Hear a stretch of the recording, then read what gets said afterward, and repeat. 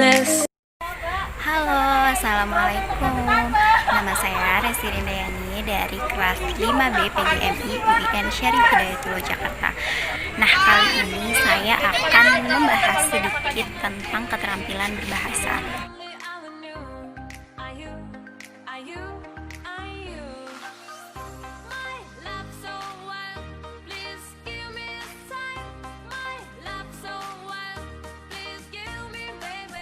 Sudah tidak asing lagi kita mendengar bahwa manusia dilahirkan sebagai makhluk sosial.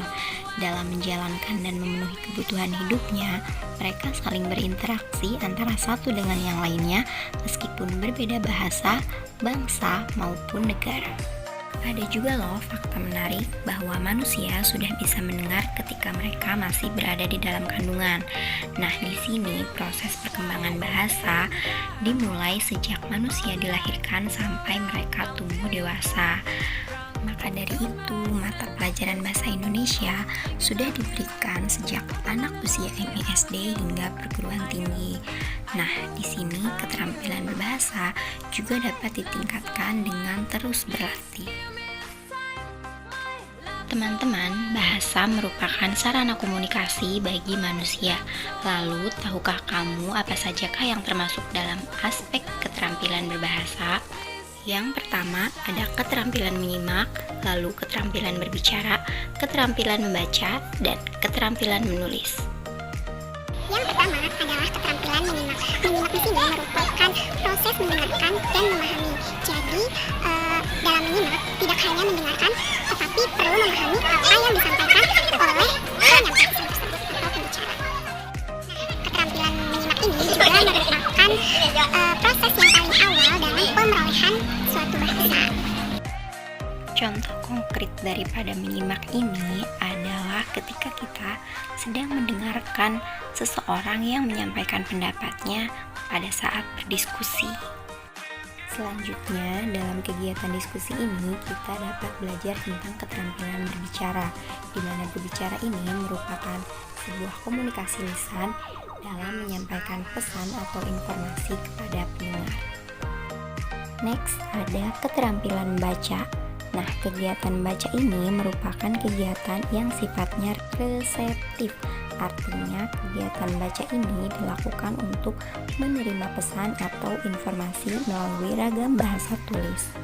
Sedikit mengingat tentang pengalaman belajar membaca, pasti teman-teman pernah mengalaminya.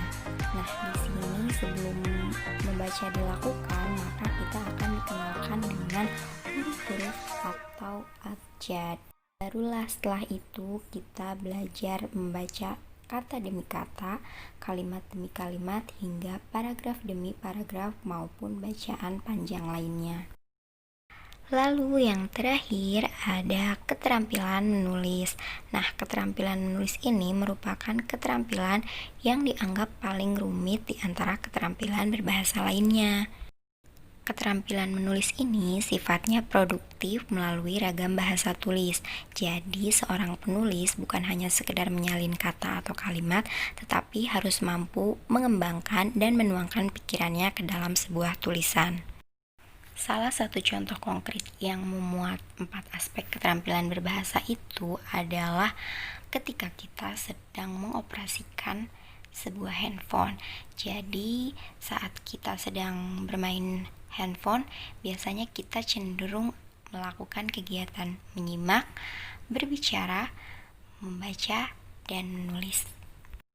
Jadi, kesimpulannya adalah keterampilan berbahasa yang meliputi aspek keterampilan menyimak, keterampilan berbicara, keterampilan membaca, dan keterampilan menulis ini saling memiliki keterkaitan satu sama lain dalam memberikan wawasan dan pengetahuan bagi manusia.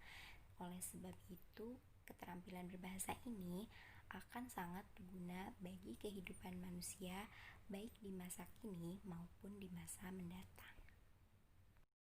Pesannya adalah dengarkan yang baik-baik, bicarakan yang baik-baik, bacalah hal-hal yang membawa kebaikan, dan tulislah hal-hal yang menunjukkan kebenaran.